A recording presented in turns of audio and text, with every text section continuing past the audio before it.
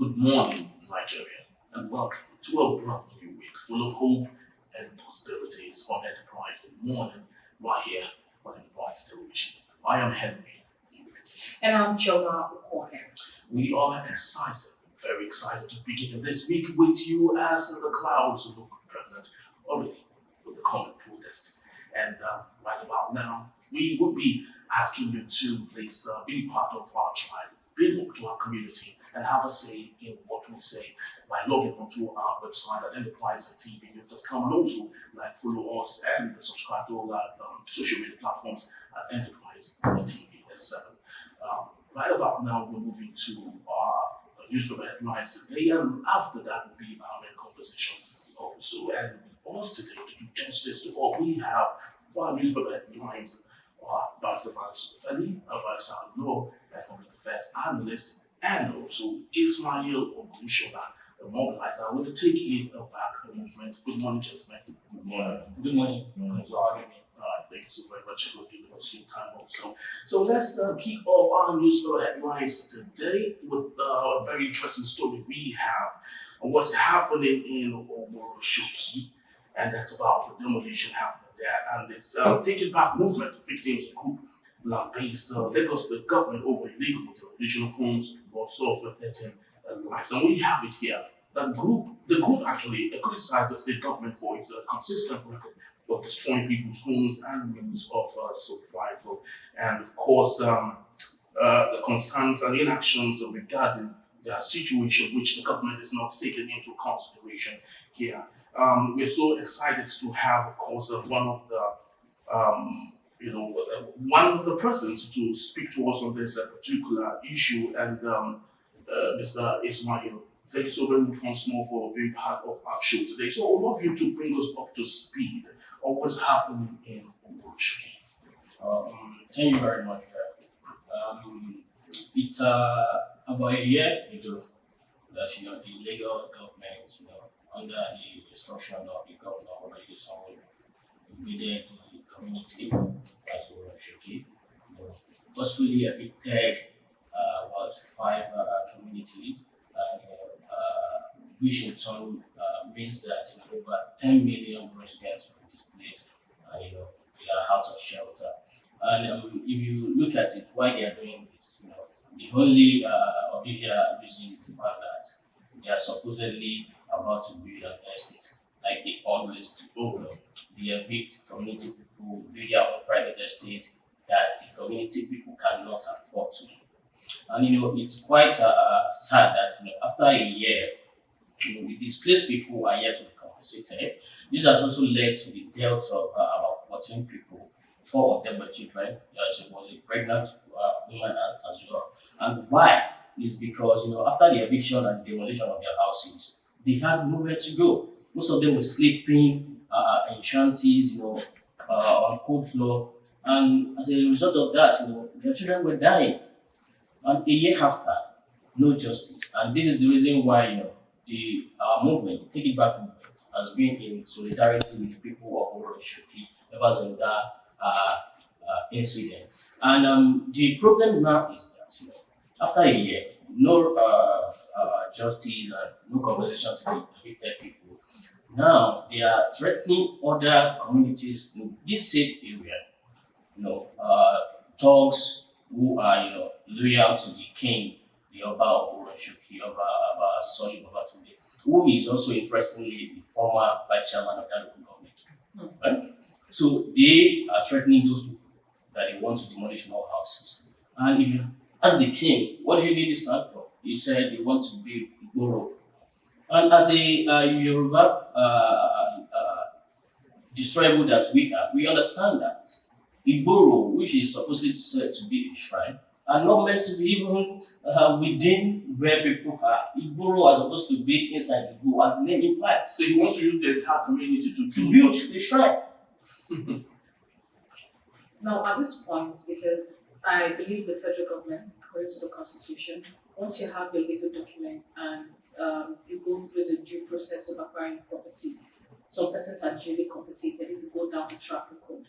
Now, at this point, do you think those who were actually forcefully, their property were demolished, actually have their documents? Did they buy the property from the right authorities? Did they pay the right fees to the local government? What's the statement? Yeah, of course. There are people who have their documents in place and they've submitted the documents to the right authorities, and today nothing has been done. And another thing is, if at all, even if you are justifiably evicting people, there should be a standard procedure, like prior notice, giving them alternative residency. No such things were done.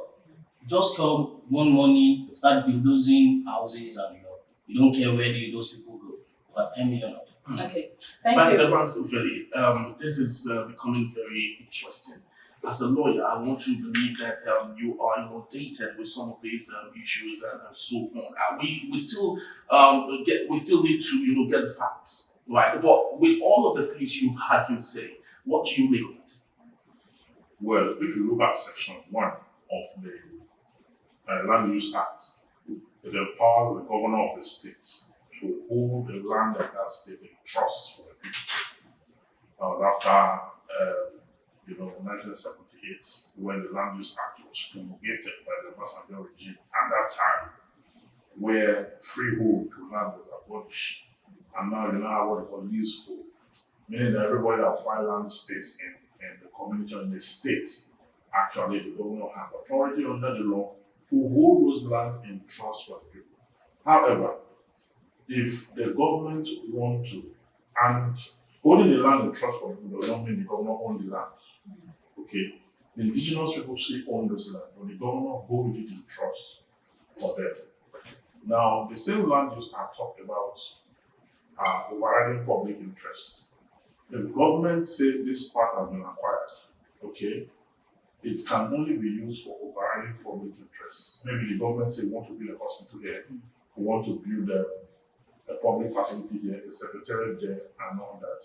That's the only point where the governor can actually forcefully take that property away from the people and use it for overriding public interest. Now, we're about Igboro and Shrine. Shrine is not for an overriding public interest.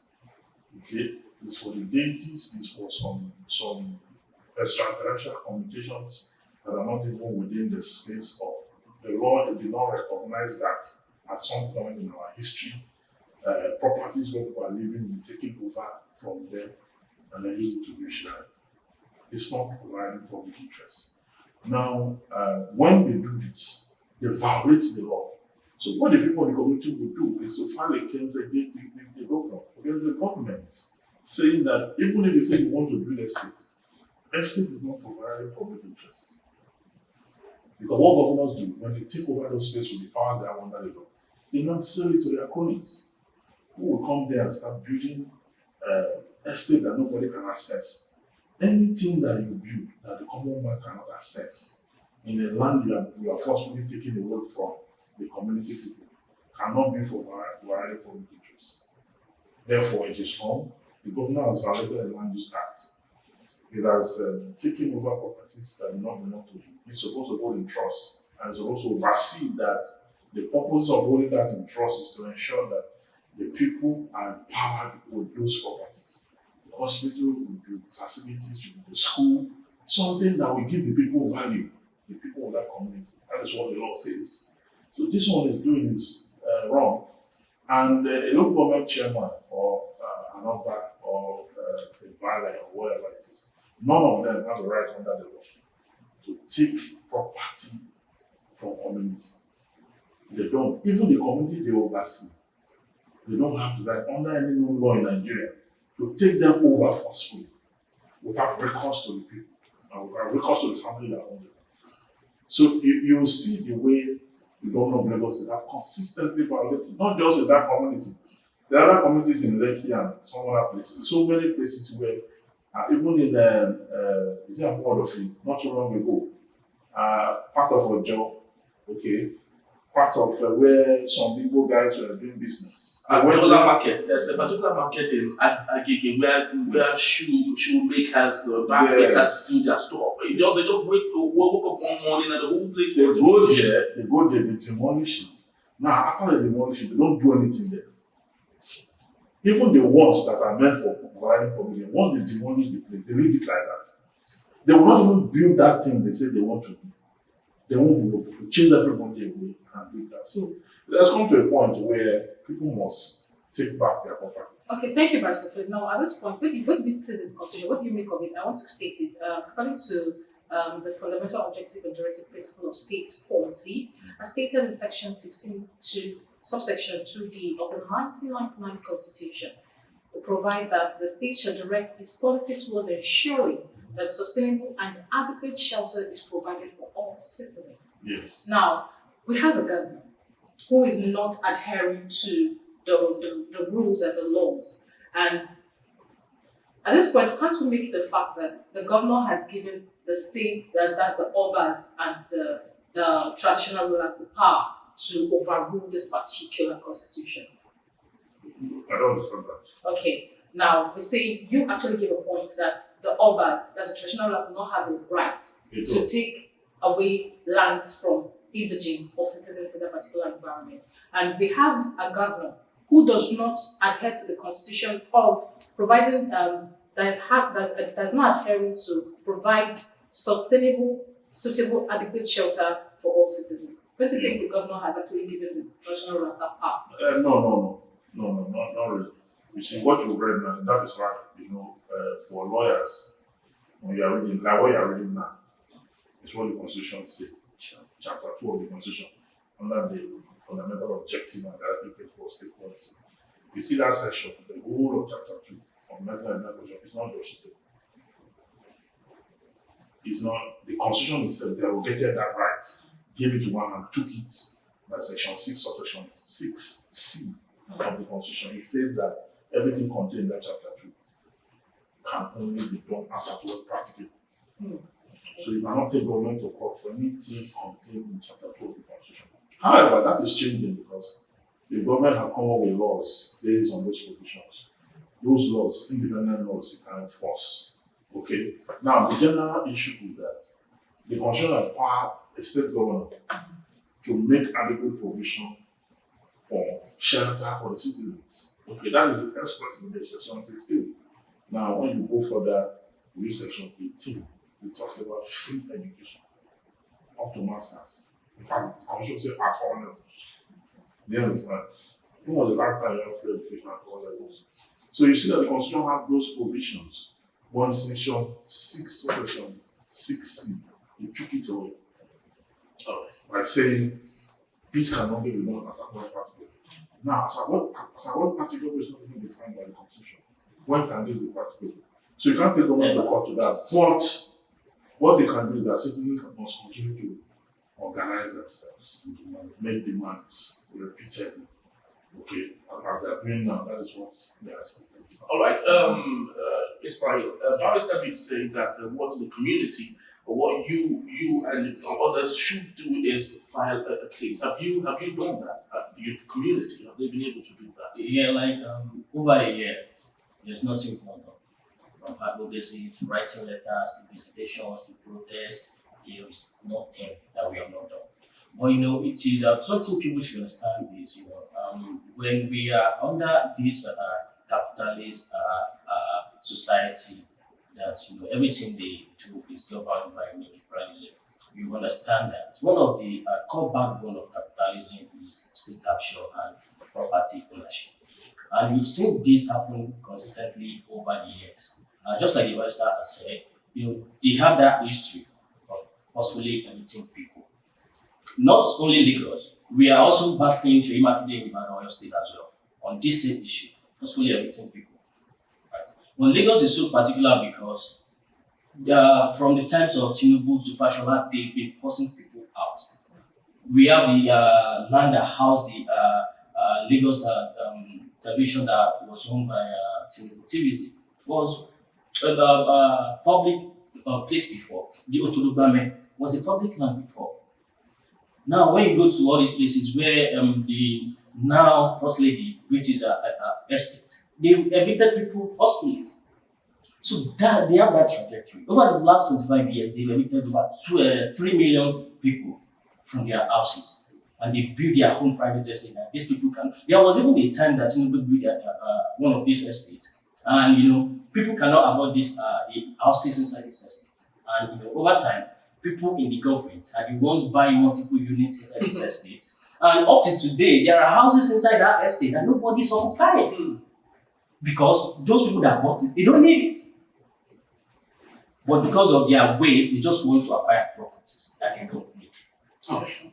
All right, so I guess this is a developing story, and as it unfolds, we promise here on Enterprise Television to bring it right to you, and of course have more people come do justice to all of them. But let's quickly move on to the Punch newspaper for today. And the big story here says hardship protest: US, UK, Canada issue security alert.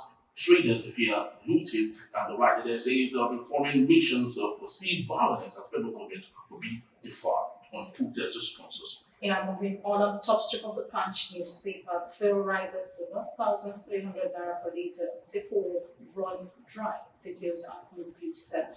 And also, very interestingly, one particular story that's affecting lots of people is CMNIN linkage. Telcos begin final mass disconnection.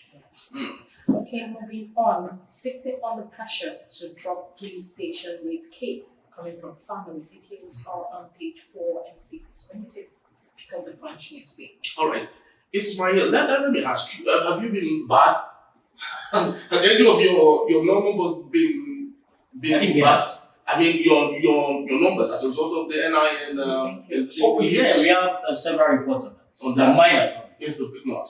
Yeah, so what do you speak to this? And lots of people, Nigerians, have given it political connotation. Do you think you'll see that in that submission?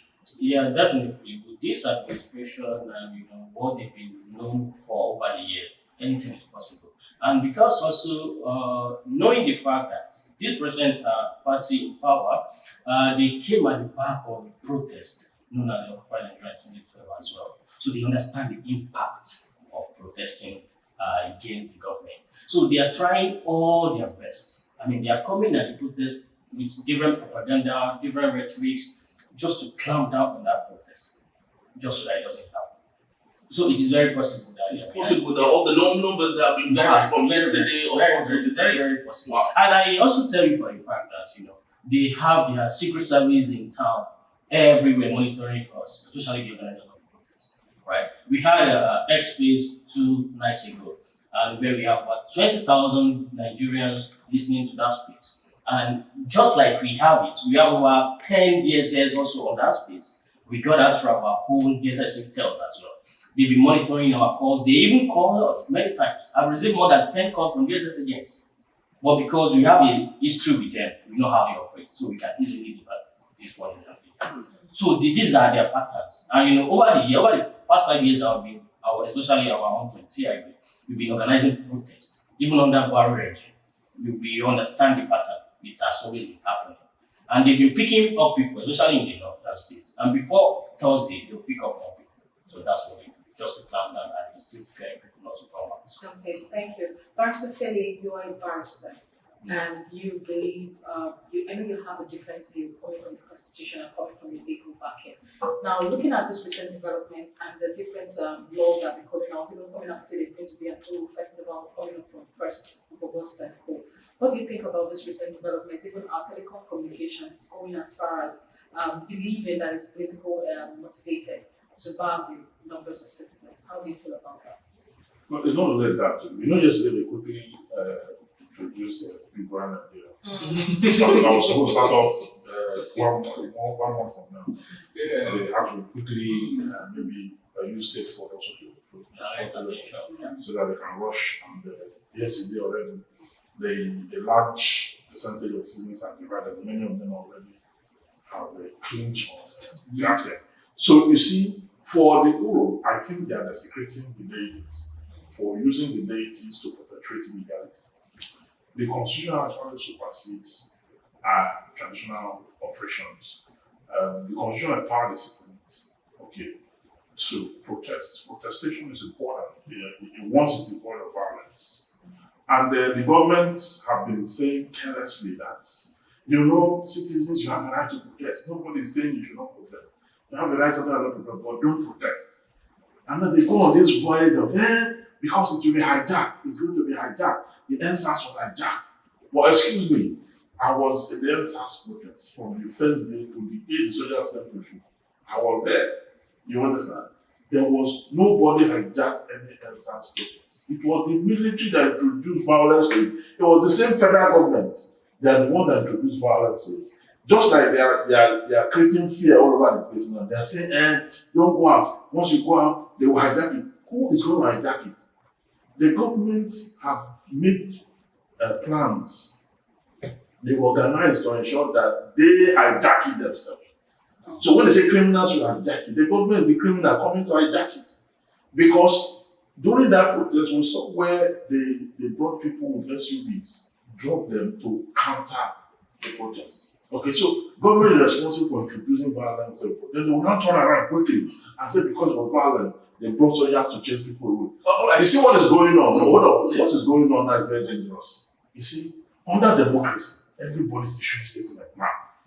The military came out to issue a statement. You can imagine under democracy, military issue a statement on protest.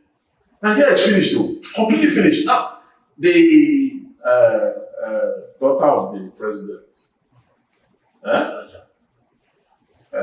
Folashade Tinubu Ojo, issued a statement. Yes, but I had wanted you to hold your thoughts on that because that's what we'll be having for our main conversation. So that when the time comes, Okay. All right. So just I would have really loved that we continue from this, of course, for the want of time. But just before we go, first I would love you to speak to this particular story. Only NNPCL can buy Dangote petrol. If not, what are we talking about here? Only NNPCL. Only NNPCL can buy Dangote petrol, and that's coming from Ipman. Well, I don't know why we have that because remember NNPCL is now a player. He's no longer a regulator by the PIA. Okay, so his NNPC is more or less like Dangote itself.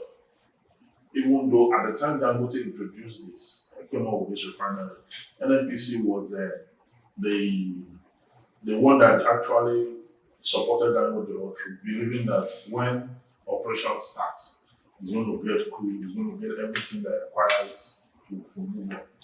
All of a sudden, now discovered that the circumstances on ground, what Buhari's government did by forward sale agreement, selling our goods 5 years upfront before we won't produce them, and the production sharing formula and the JV agreements that the federal government have with the IOCs and all that. Dangote is now stranded. He's not only frustrated, he's looking for a way to recoup his fund, no longer how to even go ahead with the products or with the production. And what you say is really an NPC. Truly, who else is interested? It's only an organization that have government backing that can actually cut their losses. Can you take your money to go and buy Dangote refinery, knowing that you will not see crude to process it? What is a refinery without crude? Once you don't have that production, they cannot sustain buying WTI from Texas. Because that's where it's buying crude from. They cannot sustain it because of the cost. So definitely, I mean, he's right. It's only Dangote. It's only NNPC that can do this. I don't know. In 30 seconds, please, your take on that particular story. No. On that particular story, on Yes, fuel and all of that, the allegation from Dangote as against NNPC and all that. Yeah, exactly. And this thing is very simple, right? And when people started posting Dangote's video, the way he was, protesting, they say, so Dangote is not a comrade. So he really wants to fight to join us and fight it. Because over the years, he has been one of them.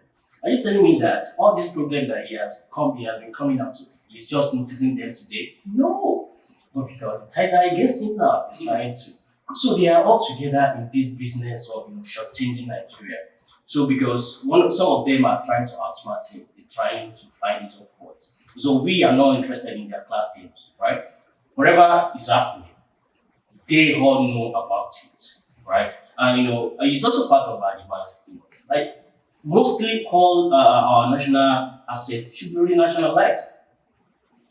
Because what we have in the oil sector is that it has turned to a business specifically for profits for these people. So they don't care if you are buying oil at 20,000 per liter or 5,000 per liter. They just want to make profit.